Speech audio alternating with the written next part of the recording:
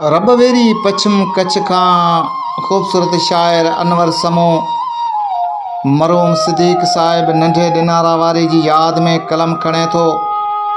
सिद्दीक समय जहिड़ो शेज़ोर ई साणे छॾे वियो। सिद्दीक समय जहिड़ो शेज़ोर ई साणे छॾे वियो। दिनारा जे ॾेमात दातार ॾोथीअड़ो लॾे वियो। अमन जो हुयो मुसाफ़िर, सच जो हो सचो साथी। विझी रूह रोलाकिन में वियो करे ख़ैरबादी। थियो ही वेड़ो वीरान जीअं लकन जो लालण लॾे वियो। दिनारा जे ॾेमात दातार ॾोथीअड़ो लॾे वियो। संगती साथिन लय सिर साह सभु ॾियण वारो हो। रूहन जो रांदीको रियाणन संदो राज राणू हो। छॾे मतल महफ़िलूं मोहबती मोर मुहड़ो मटे वियो। दिनारा जे ॾेमात दातार ॾोथीअड़ो लॾे वियो। उन्यारो ही जीवन अञा उन्हनि जे सोग ऐं सोच में आ। हित पिरे पैर घड़ी घड़ी गुम गम ऐं लोच में आ। दिल जी हर गली जी दांत ही छा थी वियो।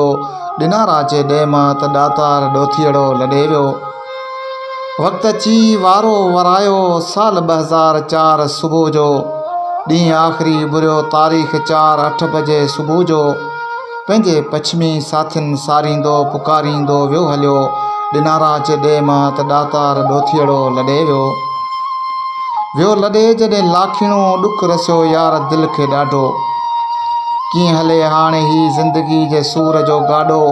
थी वई रंज रुसामा ग़मनि जे अंबार में गॾे वियो। दिनारा जे ॾेमात दातार ॾोथीअड़ो लॾे वियो।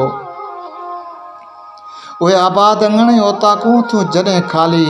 सारे सनासिन खे सदा अख ॻोढ़नि सां आली। वञण वस वारनि जे त अञा ॻोढ़ो गड़े पियो। दिनारा जे ॾेमात दातार ॾोथीअड़ो लॾे वियो। पंहिंजी भेणी कखां वां घरड़ा बाबाणा बनियूं ऐं ॿारा हिते जूं हिते छॾे वियो। हलियो सभु कुझु सारा। कुझु बि न खणी साण सभु संभारूं छॾे वियो। दिनारा जे ॾेमात दातार ॾोथीअड़ो लॾे वियो। हुयो मांझी मथेर मुड़ुस हीणनि जो हमदर्द हामी। ग़रीब गुरबल जो ग़मटार शुजा सीने जो मालिक लामी। पाण वियो परे हंधि हलियो संगतिन साण सॾे वियो। दिनारा जे ॾेमात दातार ॾोथीअड़ो लॾे वियो।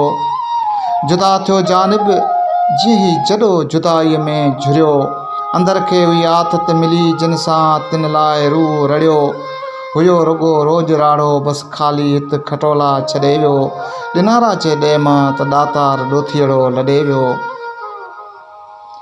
अखियुनि जो भॼी पियो टार टुटी मंझा संद संद पिया।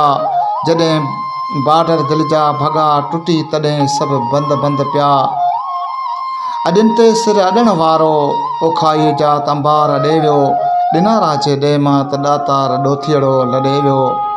जॾहिं वराईंदो हो विखत तर सारो ॾकंदो हो।